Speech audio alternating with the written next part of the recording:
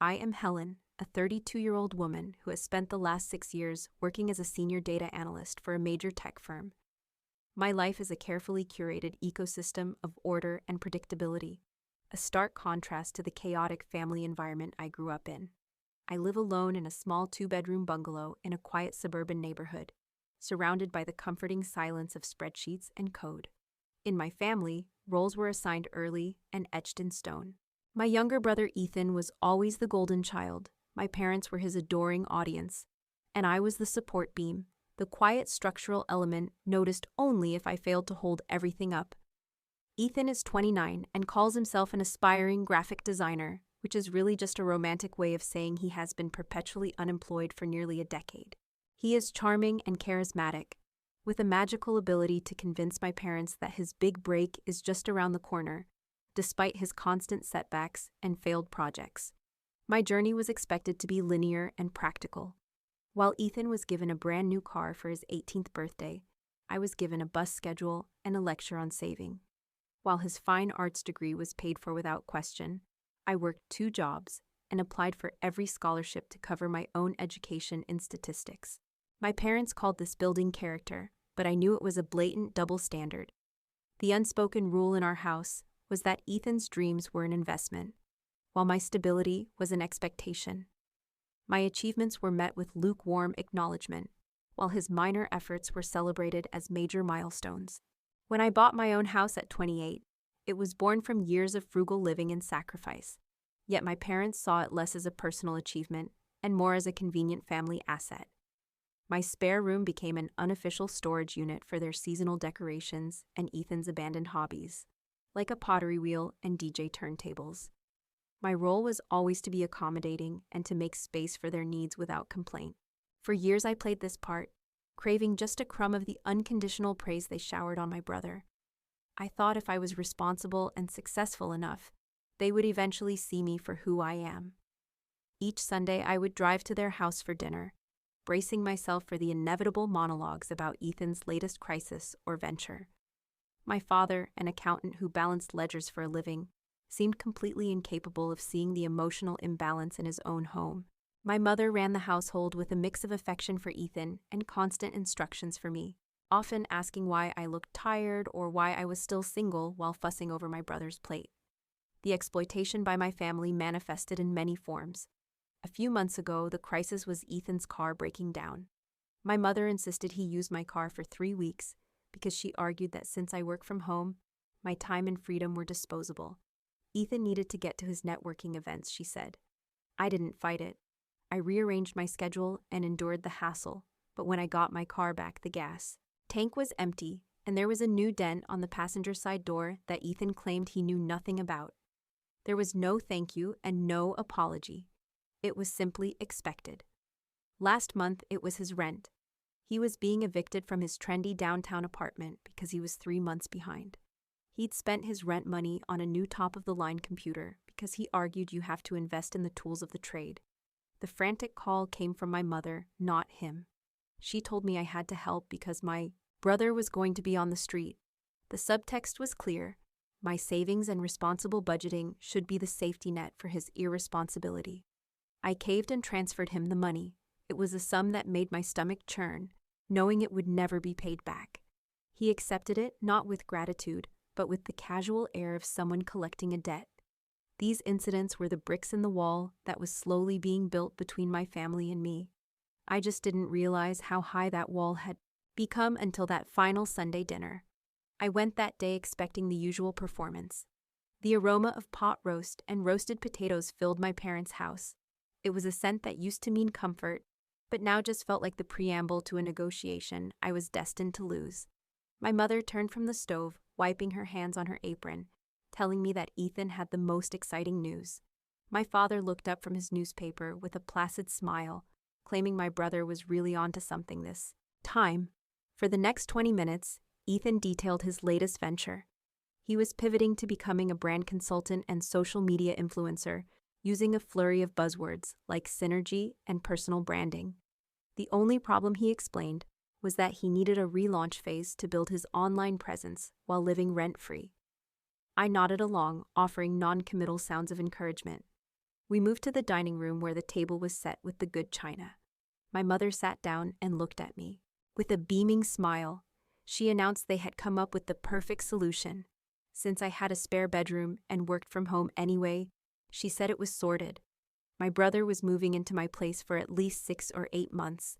The air left my lungs as I stared at my mother and then at my father, who was busy chewing his potatoes and avoiding my gaze. I looked at Ethan, who was watching me with an expectant smirk, as if he genuinely believed this was his due. They had discussed it and planned it, without me presenting it, not as a question, but as a statement of fact. My home, which was my only sanctuary, was being requisitioned. I felt a dizzying rush of anger and disbelief at the thought that all my years of being the responsible one were only meant to lead me to becoming a free boarding house for my coddled brother. I managed to ask if they were joking, but my mother's smile faltered, and she told me not to be dramatic. She called it the logical solution since I had a perfectly good room, sitting empty. I tried to explain that it was not empty but was my office where I worked every single day to afford the house in the first place. She simply waved her hand dismissively and said I could work at the kitchen table. She accused me of being difficult and reminded me that family helps family and that it was finally my turn to step up and support him. I wanted to scream because it had never not been my turn to step up while they watched him fail over and over.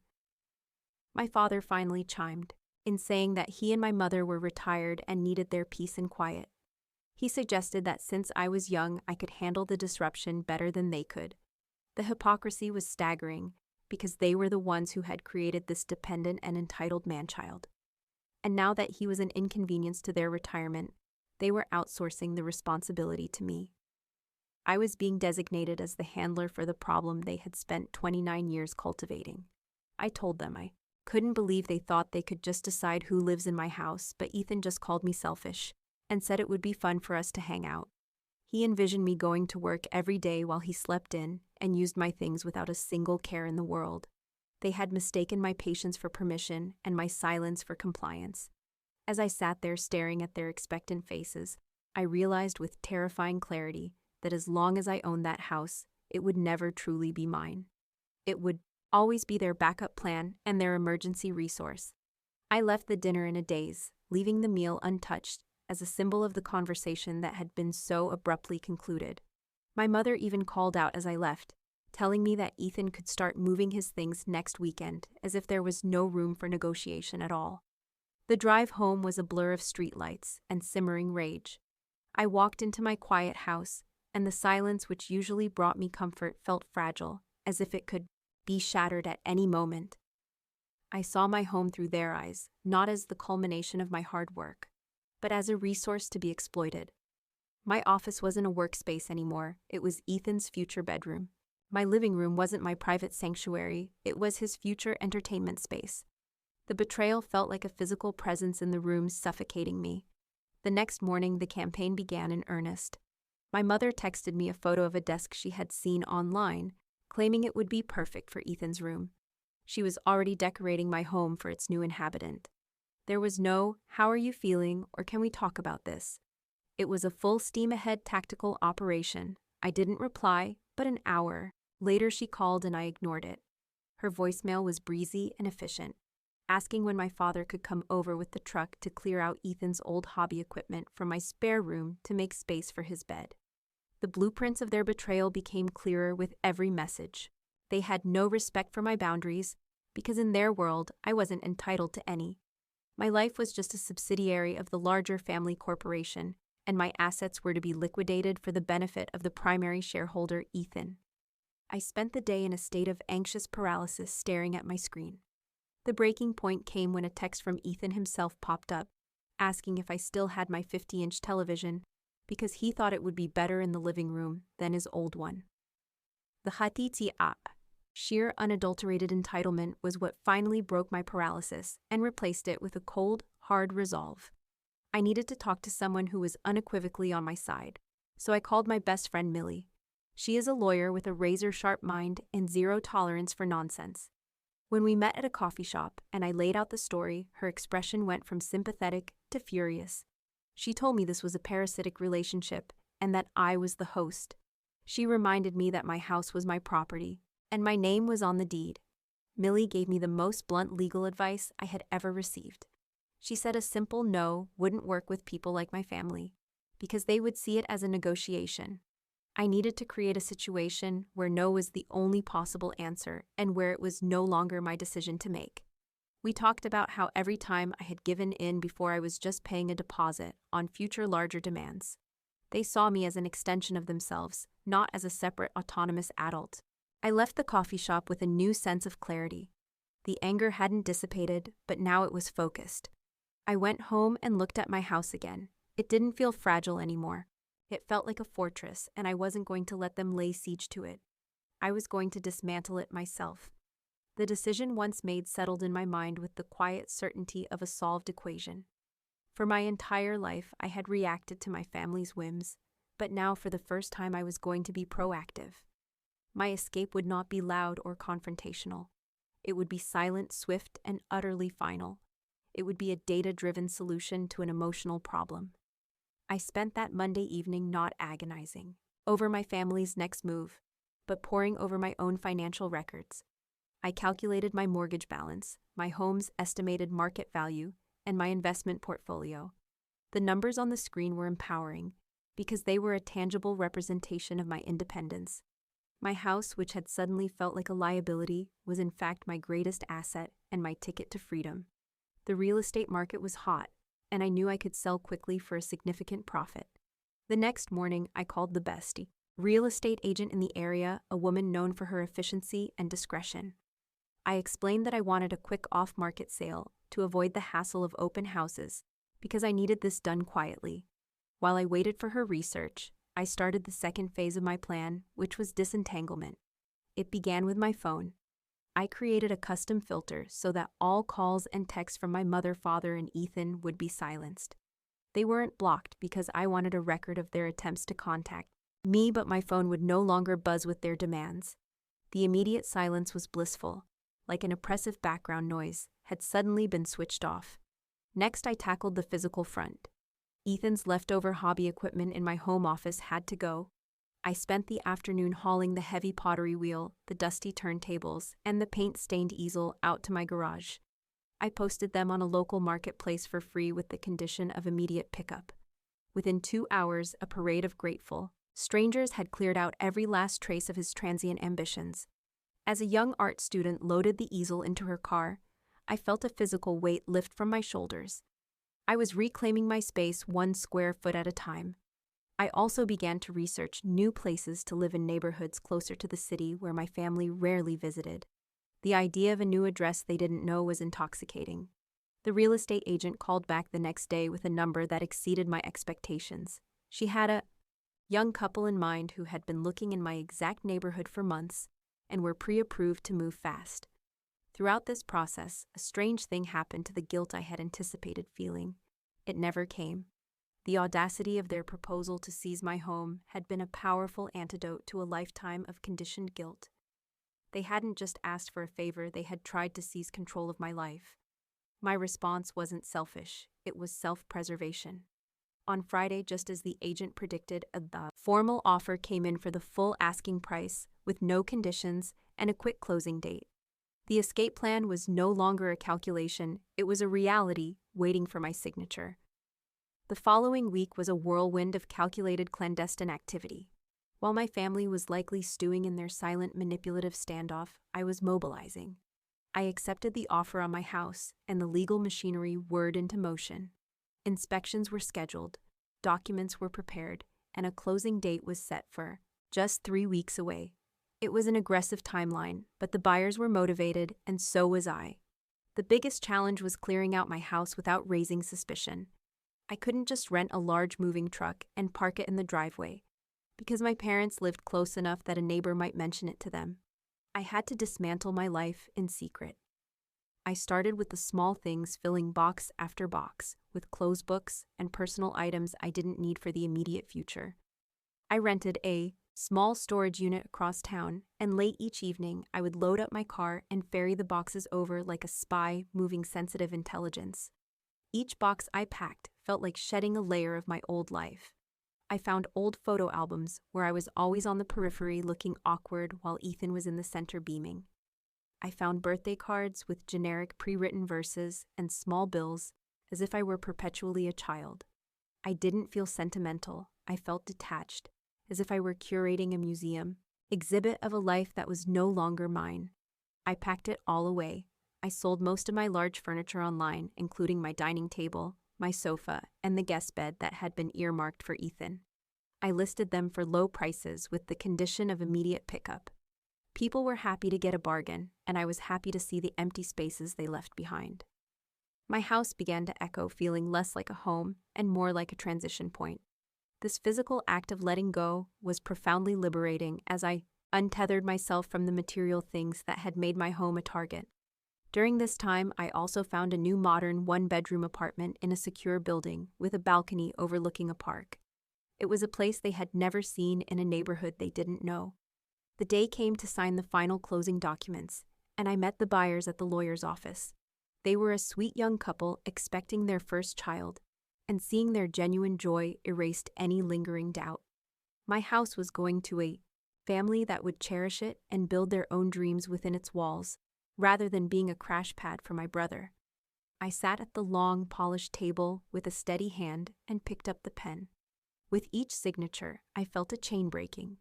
I was signing away the role of the family scapegoat and the expectation that my success existed only to cushion my brother's failures. When the last page was signed, I walked out into the bright afternoon sun and took a deep breath. I was officially homeless, and I had never felt more secure. The following Sunday, I drove to my parents' house for what I knew would be the last time. I felt strangely calm, like an actor who had rehearsed her lines to perfection, waiting for the curtain to rise.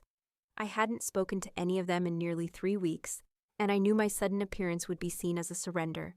They would think their silent treatment had worked and that I had come to capitulate.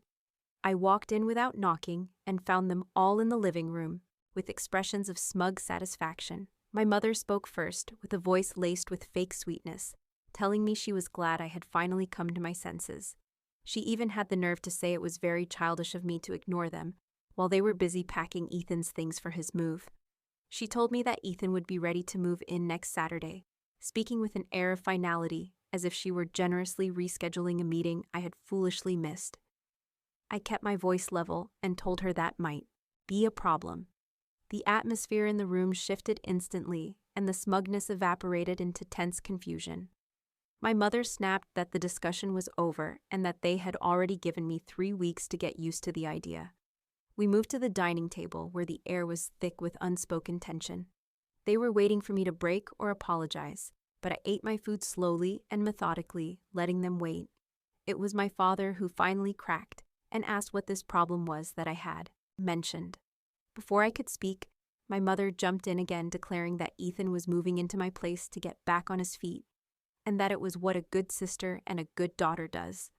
I took a deep breath and gave a small, polite nod, telling her I understood her position completely. I told them they were right and that he could certainly move in if the new owners didn't mind. The silence that followed was absolute. My mother's smile froze and slowly collapsed into a mask of utter disbelief. Ethan's smug expression vanished, and my father froze mid-bite with a fork full of mashed potatoes hovering halfway to his mouth. His eyes were wide with shock as he whispered the word owners. My mother found her voice and shrieked, asking what new owners I was talking about. I explained calmly that a lovely young couple had bought my house and that the sale had closed on Friday. I told them I had moved all my things out yesterday and that the new people would get the keys tomorrow morning. I suggested that if Ethan wanted to move in, he would have to take it up with them, although they were planning on turning the spare room into a nursery. The detonation was bigger than I could have imagined as my mother shot to her feet and screamed that I had sold my house without telling them. I asked her why I would tell them, since it was my house and my decision, and they had made it clear they only saw it as a resource for the family. Ethan yelled that I was selfish and that I couldn't stand to help my own brother for a few months. I laughed a real, genuine laugh and told him that he hadn't been on his own 2 feet his entire life. This wasn't going to be a few months. It was going to be my entire life, with me working in the kitchen while he lived, rent-free in my office, pursuing another dream that would lead nowhere. I told my mother that she hadn't sacrificed her life for us. She had sacrificed my childhood and my peace of mind for him. They had drawn up the blueprints for my life, without even thinking to consult the person living in it, so I simply drew new ones. My father asked where I was living, but I told him he would never have the address or a key, because they had lost the privilege of knowing where I lived. I picked up my purse and walked toward the door, leaving my mother sobbing in a mixture of fury and self-pity, while Ethan stared at me with pure hatred. I told my mom I hoped she had room in her basement, because it looked like Ethan was moving back home. I walked out and didn't look back. The weeks that followed were characterized by a profound and gratifying silence. I had expected a burst of angry voicemails and manipulative texts, but there was nothing. My final act had been so far outside their realm of possibility that it had short-circuited their entire system. I settled into my new apartment, which felt entirely my own, with no lingering dread of an unexpected pop-in from my mother or a call for help from Ethan. About a month later, a cousin called to tell me that things were intense at my parents' house. Ethan had moved back in and was driving them absolutely insane by treating the place like a hotel and playing loud music. My mother had spent an hour on the phone, complaining that she didn't know how I had put up with it for so long. I had to smile at the irony, because the truth was that I didn't put up with it, I escaped it. They were finally reaping what they had spent 3 decades sowing, and the piece of their retirement was gone, because they had tried to steal mine. I saw on social media that Ethan launched yet another brand consultancy, which was a spectacular failure with only 12 followers. The money from the house sale sat in a high-yield savings account as a quiet testament to my independence. I used some of it to book a trip to Italy, and as I sat at a cafe in Florence, I realized I wasn't just financially free, I was emotionally free. I was no longer living my life in relation to their expectations. One evening, an email popped up from my father saying that my mother was struggling and that life with Ethan was not easy. The old Helen would have felt a pang of responsibility, but the new Helen recognized it for what it was, a hook to see if the old dynamic could be reestablished. I selected the email, and without typing a single word in reply, I moved it to the trash. I went about my evening listening to the beautiful sound of silence,